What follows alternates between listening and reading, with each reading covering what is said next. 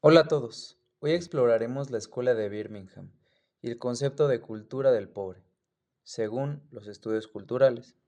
Para ello, analizaremos sus ideas principales y las relacionaremos con el contexto histórico de Gran Bretaña en los años 60. También veremos cómo estos conceptos pueden aplicarse a fenómenos actuales.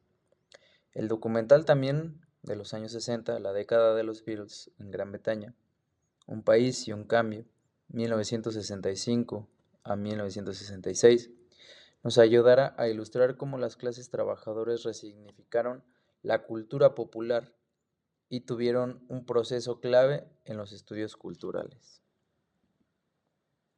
Bueno, como contexto y origen de la Escuela de Birmingham, la Escuela de Birmingham, fundada en los años 60 en el centro de Center Contemporary Culture of Studies, es un referente en la Cultural Studies.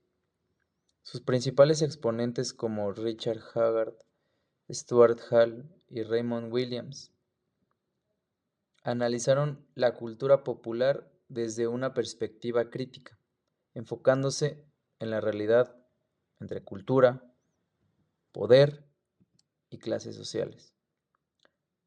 Richard Hogarth, en The User of Literacy de 1957, plantea que la cultura de las clases trabajadoras no es simplemente una versión inferior de la cultura dominante, sino que posee una riqueza propia. Williams introduce el concepto de estructura de sentimiento, que explica cómo las experiencias colectivas de una clase social se reflejan en su cultura. Hall expandió estas ideas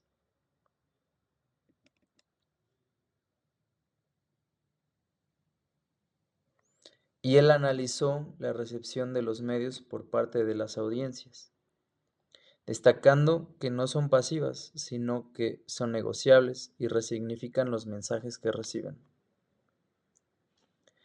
Ahora hablaremos sobre la cultura del pobre, según Matelart. El capítulo La cultura del pobre en Historias de la teoría de la comunicación de Armand y Michelet Matelart describe cómo las clases trabajadoras crean y adaptan sus propias prácticas culturales en un contexto de dominación mediática y económica. Este concepto desafía la visión elitista de la cultura, mostrando que las comunidades marginadas no consumen de manera pasiva, más bien, por el contrario, resignifican los productos culturales impuestos por las clases de arriba. Tenemos un claro ejemplo que resignifica la evolución de la música rock en los años 60. Lo que inicialmente era un producto de la industria musical estadounidense, fue apropiada paradójicamente por jóvenes británicos de la clase trabajadora, es decir, clase baja, quienes lo transformaron en un símbolo de identidad. Movimientos como los mods utilizaron la música y la moda para diferenciarse y expresarse de manera distinta y expresar sus inquietudes sociales. Ahora, la relación con el documental. El documental ilustra los cambios de Gran Bretaña entre 1965 y 1966, una época de transformación sociocultural.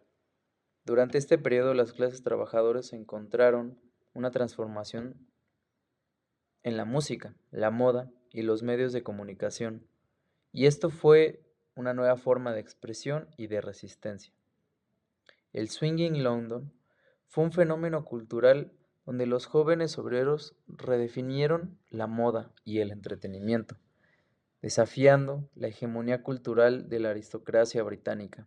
También, la popularidad de los Beatles entre las clases populares muestra un ejemplo de cómo las audiencias resignifican los productos mediáticos y los transforman en parte de una identidad colectiva. Y como tendremos algunos ejemplos y conclusión, por ejemplo en la música, los Beatles comenzaron como una banda que tocaba en clubes obreros, ellos mismos viniendo de clubes obreros. Por su estética y sus mensajes, gracias a esto fueron apropiados por ellos mismos, para construir una identidad juvenil.